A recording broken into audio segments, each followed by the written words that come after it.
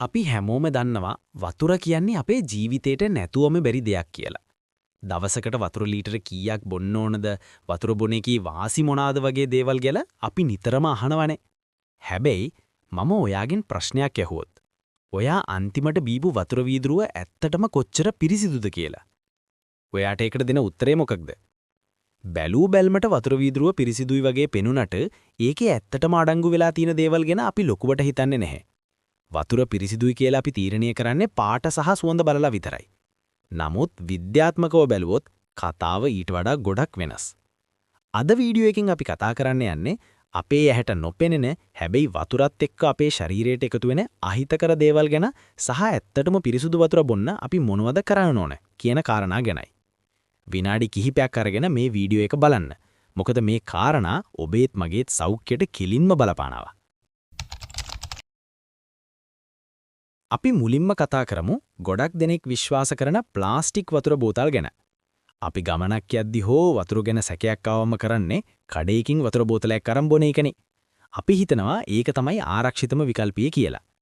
නමුත් මෑතකදී කරපු පර්යේෂණ වලින් හොයාගෙන තියෙන දෙයක් තමයි මයික්‍රෝ ප්ලාස්ටික්ස්. එහෙමත් නැත්නම් ශුද්ධ ප්ලාස්ටික් ගැටලුව. සරලව කිව්වොත් ප්ලාස්ටික් බෝතල් වල වතුර කල් තබා ගැනීමේදී හෝ ප්‍රවාහනයේදී සිදුවන උෂ්ණත්ව වෙනස් වීම නිසා බෝතලේ තියෙන ප්ලාස්ටික් ඊටාම කුඩා අංශු විදිහක වතුරට එකතු වෙන්න පුරුවා. විශේෂයෙන්ම බෝතලේ අවුවට රත් වුනාම මේ තත්ත්වය වැඩි වෙනවා. අනිත් කාරණේ තමයි බෝතල් පියන. අපි පියන කරකවල අරිදී ඇතිවෙන ඝර්ෂණය නිසාත් සියුම් ප්ලාස්ටික් අංශු වතුරට වැටෙන්න පුරුලම් බව පර්යේෂකයන් පෙන්වා දෙනවා. මේ ප්ලාස්ටික් අංශු අපේ ඇහැට පේන්නේ නැහැ. හැබැයි අපි දිගින් දිගටම මේවා ශරීරගත කරගත්තොත් දිගු කාලීනව ඒ අපේ සෞඛ්‍යයට යම් බලපෑමක් ඇති කරන්න පුරුවන් කියලා වෛද්‍ය විද්‍යාත්මකව සැක කෙරෙනවා. ඒ නිසා බෝතල් වතුර කියන්නේ 100%ක්ම පිරිසුදු විසඳුමක් නෙවෙයි කියන එක අපි මතක තියාගන්න ඕනේ. ඊළඟට අපි බලමු ගෙදර ටැප් එකකින් එන වතුර ගැන. ලංකාවේ ජල සම්පාදන මණ්ඩලය මගින් පිරිසුදු කිරීමේ මධ්‍යස්ථානවලදී ජලය පිරිසුදු කරනවා. ඒකේ ගැටලුවක් නැහැ. නමුත් ප්‍රශ්නේ මතුවෙන්න පුළුවන් තැනක් තමයි බෙදා හැරීමේ පද්ධතිය. එහෙමත් නැත්නම් පයිප් මාර්ග. සමහර ප්‍රදේශවල මේ වතුර ගෙනෙන ප්‍රධාන නල මාර්ග අවුරුදු ගණනාවක් පරණයි. මේවා යකඩ පයිප් නම් කාලයත් එක්ක ඇතුළතින් මලකඩ කන්න පුළුවන්. ඒ වගේම සමහර තැන්වල පයිප් පුපුරලා බාහිර අපද්‍රව්‍ය එකතු වෙන්නත් ඉඩක් තියෙනවා. තවත් දෙයක් තමයි පයිප් ඇතුලේ හැදෙන බයෝෆිල්ම් එක. ඒ කියන්නේ පයිප් ඇතුලේ බැඳෙන පාසි වගේ සියුම් පටලයක්. වතුර පිරිසිදු කරන්න ක්ලෝරින් යොදුවත් වතුර පයිප් දිගේ එලකොට මේ අපද්‍රව්‍ය යම් ප්‍රමාණයකින් වතුරට එකතු වෙන්න පුළුවන්. අනිත් කාරණේ තමයි බැරලෝහ. යම් හේකින් ජල මූලාශ්‍රවලට කර්මාන්ත ශාලා අපද්‍රව්‍ය හෝ කෘෂි රසායනික එකතු වෙලා තිබුණොත් ඊය ආසනික් වගේ බැරලෝහ ජලයේ අඩංගු වෙන්න පුරුවන්. මේව සාමාන්‍ය පිරිසිදු කිරීමේ ක්‍රියාවලින් සම්පූර්ණයෙන් ඉවත් වෙන්න ඉඩ තියෙනවා. අපේ රටේ සමහර ප්‍රදේශවල වකුගඩු රෝග බහුල වෙන්න මේකත් එක හේතුවක් කියලා මතයක් තියෙනවා. මේක ටික කලුත් මාතෘකාවක්. හැබැයි ලෝකේ පුරාම දෙන් කතා වෙන දෙයක්. ඒ තමයි ජලයේ අඩංගු ඖෂධ කොටස්. අපි බොන විවිධ බෙහෙත් වර්ග, වේදනානාශක, ප්‍රතිජීවික, එහෙමත් නැත්නම් ඇන්ටිබයොටික්ස් වගේ දේවල් අපේ ශරීරයෙන් බැහැර වුණාම ඒව එකතු වෙන්නේ පරිසරයට. අන්තිමට මේව ගංගා ඇලදොල වලට එකතු වෙනවා. ගැටලුව තියෙන්නේ සාමාන්‍ය ජලපිරිපදු ක්‍රමවලින් මේ දිය වෙලා තියෙන සියුම් රසායනික කොටස් 100%ක්ම අයින් කරන්න අමාරුයි. ඒ නිසා ඊටාම කුඩා ප්‍රතිශතයකින් හරි මේ රසායනික ද්‍රව්‍ය නැවත අපේ පානීය ජලයට එන්න පුරුවා. මේක එකපාරකම ලෙඩක් හැදෙන දෙයක් නෙවෙයි.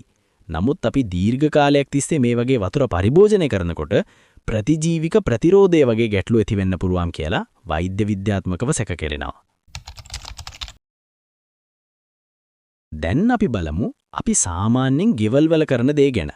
ගොඩක් අය පුරුදු වෙලා ඉන්නේ වතුර උණු කරලා නිවාගෙන බොන්න. වතුර උණු කරනවා කියන්නේ ඊටාම හොඳ පුරුද්දක්. ඒකෙන් වතුරේ ඉන්න බැක්ටීරියා, වෛරස් වගේ රෝගකාරක විෂ බීජ විනාශ වෙනවා. ටයිෆොයිඩ්, පාචනය වගේ රෝගවලින් ආරක්ෂා වෙන්න මේක තමයි හොඳම ක්‍රමය. නමුත් අපි තේරුම් ගන්න ඕන දෙයක් තියෙනවා. වතුර උණු කරා කියලා වතුරේ දිය වෙලා තියෙන රසායනික ද්‍රව්‍ය හෝ බැරලෝහ අයින් වෙන්නේ නැහැ. උදාහරණයක් විදිහට වතුරේ යම් ලණු ගතියක් හෝ බැරලෝහයක් තියෙනවා නම් වතුර උණු කරද්දී ජලයේ වාෂ්ප වෙලා යන නිසා ඒ රසායනික ද්‍රව්‍යවල සාන්ද්‍රණය තවත් වැඩි වෙන්න පුළුවන්. ඒ නිසා ඔබේ ප්‍රදේශයේ වතුරේ විෂ බීජ ප්‍රශ්නයක් විතරක් නම් තියෙන්නේ උණු කරලා බොන එක ප්‍රමාණවත්. නමුත් වතුරේ රසායනික අපවිතිවීමක් තියෙනවා කියලා සැකනම් උණු කරන එක විතරක් සම්පූර්ණ විසඳුමක් ලැබෙන්නේ නැහැ. හරි. අපි ප්‍රශ්න ගැන කතා කරා.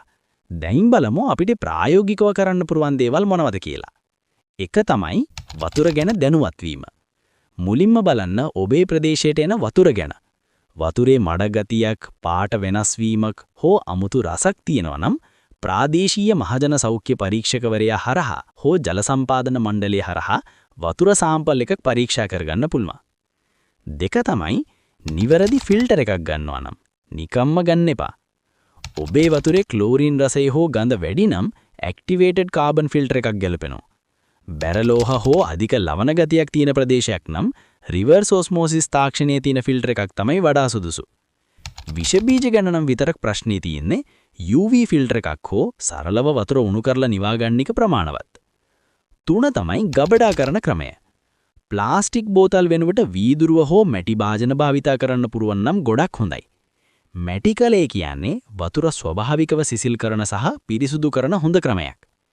ඊළඟට පිටින් වතුර බොනකොට හැම වෙලේම ප්ලාස්ටික් බෝතල් ගන්නවට වඩා ගෙදරින් පිරිසුදු වතුර බෝතලයක් අරන් යන එක සෞඛ්‍යත වගේම පරිසරයටත් හොඳයි.